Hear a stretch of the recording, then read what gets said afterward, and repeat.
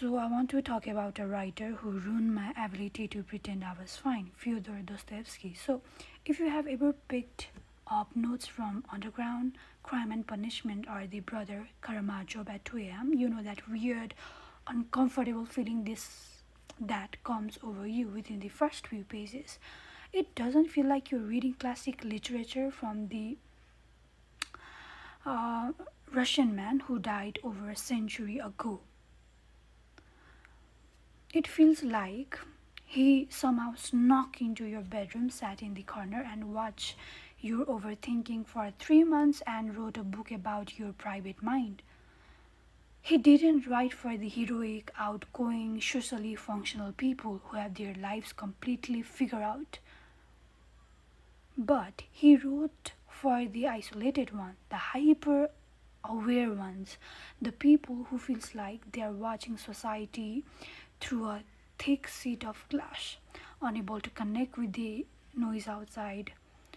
So if you spend your nights trapped inside your own head, feeling too conscious for your own good, or carrying a quiet you can explain to anyone, Dostoevsky built a sanctuary for you, for me, for like us.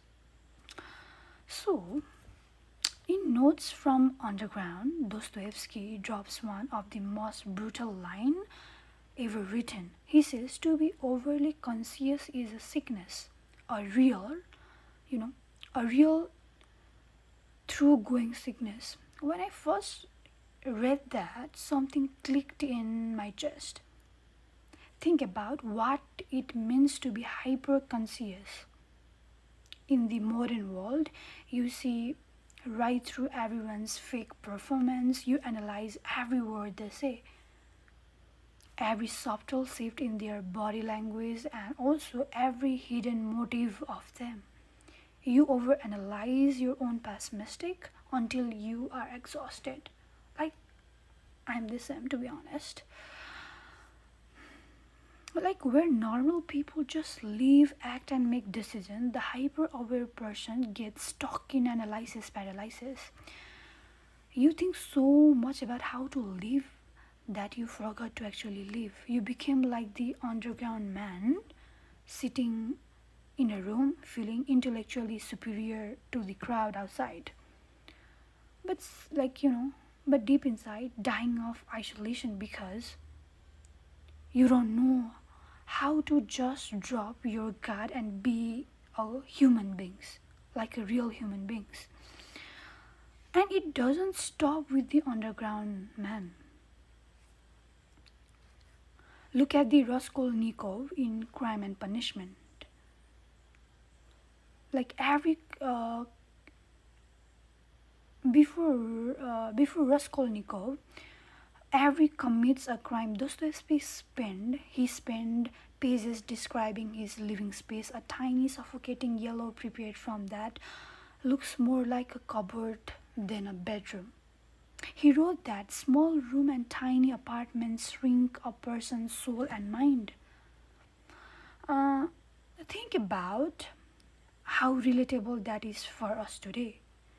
When you lock yourself in your room for days staring at screens, scrolling in the dark, and isolating yourself from the physical world, our mind creates monster. Raskolnikov didn't just break down because of his action. He broke down because he spent months alone in a tiny room, taking only to his own grand dark theories.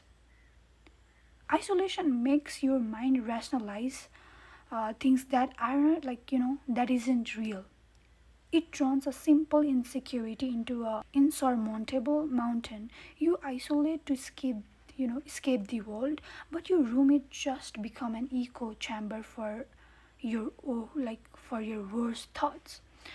And then you have Ivan Karamazov in The Brothers Karamazov. Ivan is the ultimate intellectual. He is brilliant, logical, and see all the injustice and absurdity in the world. But his hyper intellectualism doesn't bring him peace. It drives him insane. He creates the famous poem of the Grand Inquisitor because he can't reconcile the pain of the world with hopes. Ivan represents everyone who try to use logic to cure an emotional wound. You think if you are just read one more philosophical books, analyze your trauma one more time, or figure out the logic of your life, you'll finally be okay. But Dostoevsky shows us through Ivan that you cannot overthink your way into feeling loved or connected. In fact, the more Ivan he tries to rationalize everything, the more detached and mentally fractured he becomes. He gives himself a fever of the mind because he refused to let his heart speak. So why do we keep going back to his book? Because Dostoevsky never judges you for being broken or isolated. He went through mock executions, firing squads, and years in a Siberian prison camp. He knew real darkness, and what he realized was that our dark nights and strange isolation isn't proof that we are broken beyond repairs. They are proof that we are searching for something real in a world that often feels so low. Raskolnikov only finds peace when he finally drops his intellectual armor and when he stopped trying to be an extraordinary man and let himself be a human. So, how do you leave the underground? You start small. You stop you stop treating your own awareness like a curse, and you step out of the tiny room in your head. So, if you're watching this at 2 a.m., sitting in the dark with a book or just with your own thoughts, know that you are not the first person to feel this way, and you won't be the last as well. If Dostoevsky character have ever felt like a mirror for your own life, drop a single black heart emoji in the comments below. Just leave the heart so I know who was sitting in the room with me tonight. So take care of yourself. I will see you in the next one. Thank you.